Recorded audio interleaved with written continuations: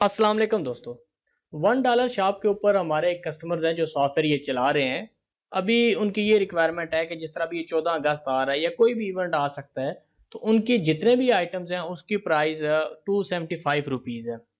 तो वो ये चाह रहे हैं कि हम स्पेसिफिक 14 अगस्त के लिए 275 की बजाय हम 250 कर दें, और 14 अगस्त के बाद हम दोबारा इसको 250 से 275 पे कर दें। अब $1 शॉप के लिए जो हमने सॉफ्टवेयर डिजाइन किया होता है उसकी वर्किंग इस तरह की होती है कि ताकि वो इजीली तमाम आइटम्स की जो प्राइस है वो इंक्रीज भी कर सकें और डिक्रीज भी कर सकें।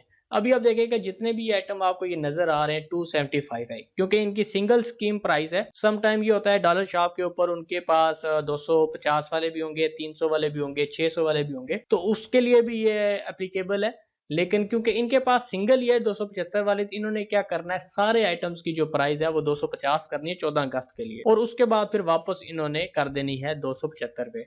अब करते कैसे हैं, तो $1 शॉप के ऊपर जब भी मैं सॉफ्टवेयर सेल कर रहा होता हूँ तो एक उनको मॉड्यूल साथ में हम देता हूँ जिसको हम कहते हैं बल्क डेटा चेंज। वो स्पेशली इनके लिए किया होता है ताकि ये वन गो के अंदर अपनी प्राइसेस चेंज कर सकें। उसके लिए हमने ट्रांजैक्शन में आके change item type and price के ऊपर हमने यहाँ पे आप देखिएगा ये आपके सामने आ रहा है change item type and price, ये वाला मॉड्यूल हमने इसको यूज करना है। तो यहाँ पे क्योंकि मैंने जिस तरह पहले जिक्र किया कि इनके तमाम आइटम की प्राइस 275 है, तो हमने यहाँ से शो कर लीजिएगा ये सारे के सारे आइटम्स यहाँ पे आपके सामने स्क्रीन पे नजर आ रहे हैं। अब तमाम आइटम लिस्ट होने के बाद आपको नीचे अगर आप देखें तो कॉस्ट प्राइस का तो बॉक्स आपको नजर आ रहा है, लेकिन इसके नीचे जो सेल प्राइस है वो आपको नजर नहीं आ रहा। तो इसको पूरा देखने के लिए दो ऑप्शंस मौजूद होते हैं।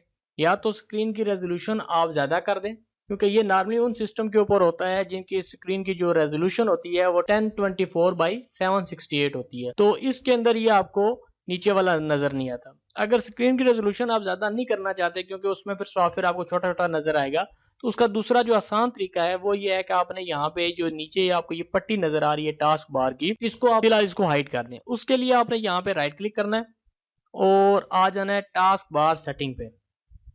इसमें टास्क बार सेटिंग पे जब आप आएंगे तो फिलहाल आपने ये कर देना है, ये लॉक टास्क बार को खत्म कर देना है और ऑटोमेटिकली हाइड पे क्लिक कर देना है। ये हो गया। अब इसके बाद आपने इसको आना है नीचे। अब ये देखिएगा ये टास्क बार आपकी हाइड होगी और हमें ये वाला बॉक्स आपको नजर आ गया। यहाँ पे हमने करना है 250 करना है और अपडेट सेल प्राइसेस ऑल का बटन हमने दबा, हमने यहाँ से यस कर देना है,